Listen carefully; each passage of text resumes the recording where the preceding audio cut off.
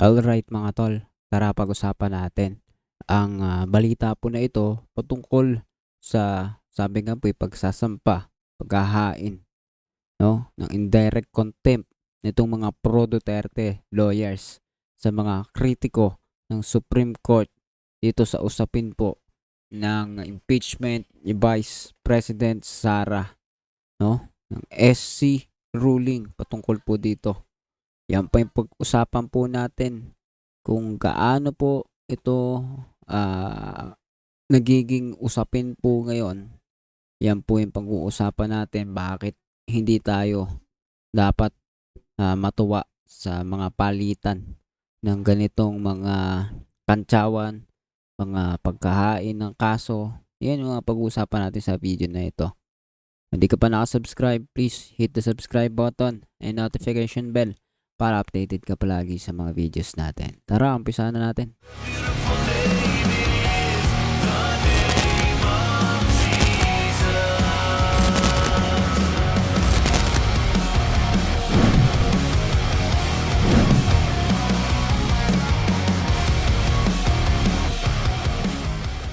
Yo, so yan nga.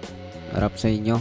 Tara, pag-usapan natin ang balita po na ito na sinasabi ay kung gaano kabilis o naging mabilis ang mga naging pagbatikos sa pagbasura ng Korte Suprema sa impeachment case ni VP Sara Duterte ay ganoon din kabilis yung kumbaga naging action nitong mga pro Duterte lawyers laban sa mga kritiko ng desisyon ng Supreme Court, no?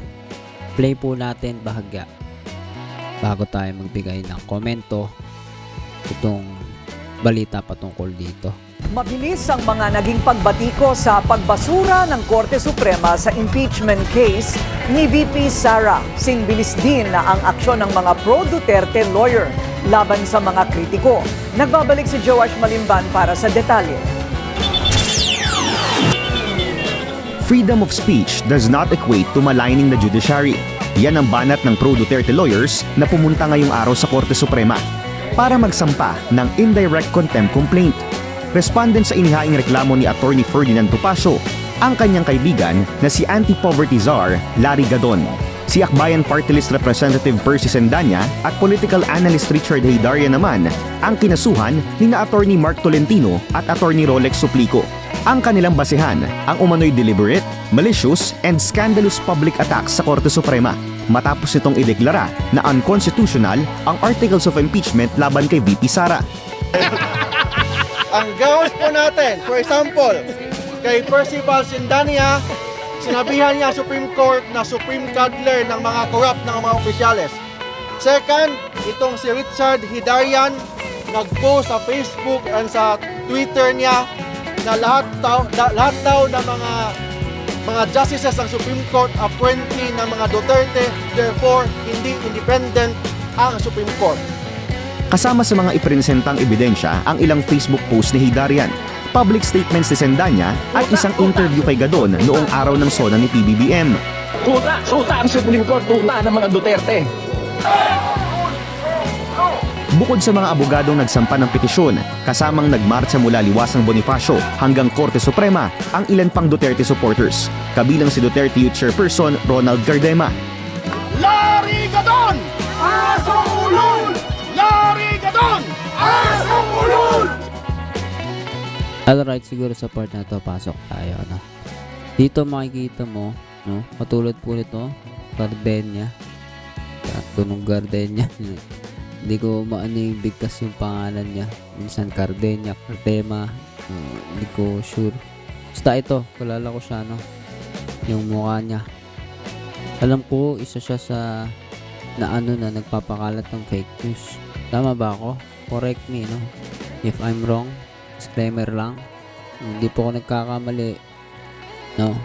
Kabilang po siya dyan sa mga yatang na una na napagsabihan na ang kanyang nire-release ng mga information ay walang batayan. no, yung RTC po yata dati doon sa pag-release ng SC ng statement, if I'm not mistaken, no. Please tell me na lang dyan sa comment section if alam ninyo yung pinupoint ko, dahil hindi ko na masyado maalala, hindi ko po sure. Basta ang alam ko, natandaan ko siya bilang isa sa fake news spreader, which is sinasabi ko nga, disclaimer lang, baka mali ako. Anyway, itong part dito, no, ang kanilang pananalita, pagtatawanan ay very unprofessional, and tingnan po ninyo maigi.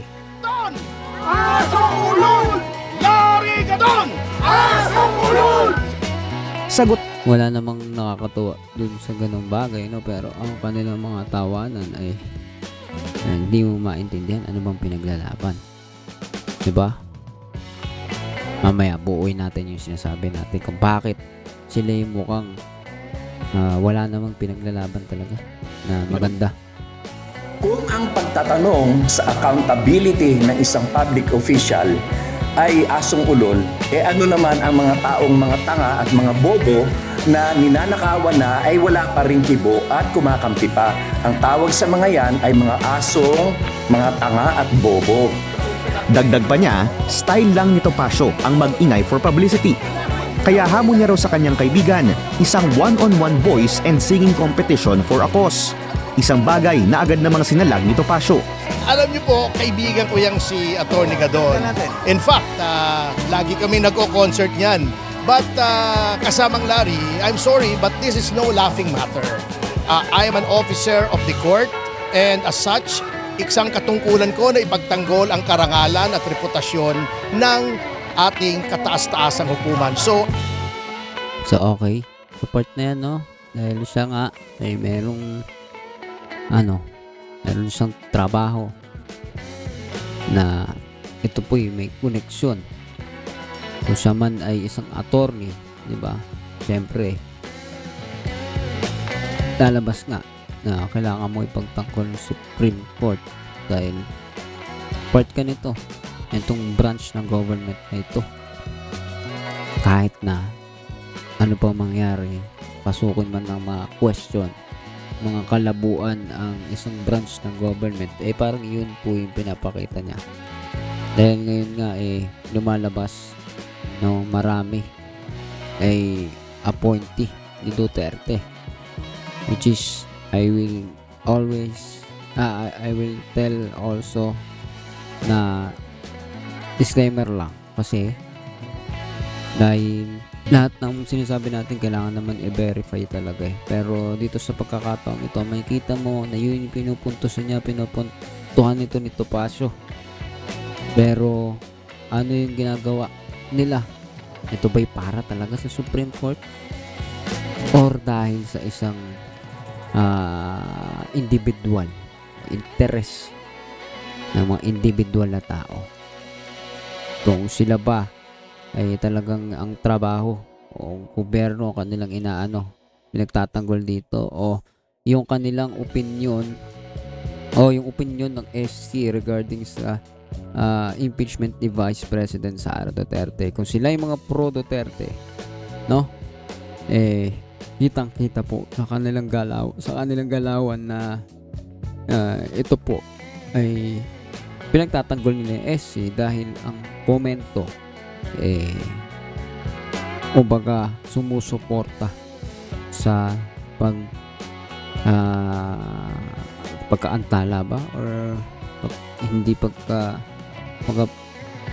kontra sa impeachment ng ng SC, kaya ganyan sila ka supportive sa SC ngayon, no? Pero pag against sa kanila, susuportahan kaya nila, kukundinahin kaya nila. So, malalim, malawak na usapin, pero ang tanong, nasa katwiran ba sila? Ako, I believe if sila po ay talaga mga pro Duterte at ayaw nila ng impeachment, ayaw nila ng pagtutuloy ng investigasyon dito, yan po ay unjust no? Hindi yan makatarungan, hindi yan righteousness, dahil unfair yan kung hindi yan maliliit nating mamamayan, di ba? No? Dumadaan sa mga investigasyon, dumadaan sa mga pagkakaroon ng mga legal na hakbang ng investigasyon, pero dito kung ito ay ipabypass po at paglalaban nyo, wala po kayong katwiran dyan, at hindi po yun dapat ang ginagawa ninyo, especially kung attorney ka, no? Sige po, tapusin natin yung video na to. I'm sorry. I hope we can still be friends. Sa akin, this is nothing personal. Pero kung gusto mo magkantahan, wala pong problema sa akin. Passion natin yan, kasamang Larry. Si Darian naman, hindi pa raw nababasa ang isinampang reklamo laban sa kanya. Pero pauna niya nang sinabi na wala siyang direktang pahayag sa kanyang social media post na politically influenced ng mga Duterte ang naging desisyon ng SC. Nakahanap ng kakampi si Hidarian at Sendanya kay ML Representative Laila de Lima. Aniya, speaking out is not a crime at sakop daw ang kanilang mga pahayag ng freedom of speech and expression. Dagdag ni de Lima, karapatan ng publiko ang katotohanan, transparency at accountability mula sa mga nasa kapangyarihan. Para sa Agenda, Joash Malimban, Billionaire News Channel. Manatiling nakatutok sa Kapangyarihan. Alright mga tol, bago natin tapusin itong video po na ito, makikita po natin ngayon kung ano yung sinasabi po dito na ito pong ginawa o ginagawa ngayon ng maraming mga tao, especially dun sa mga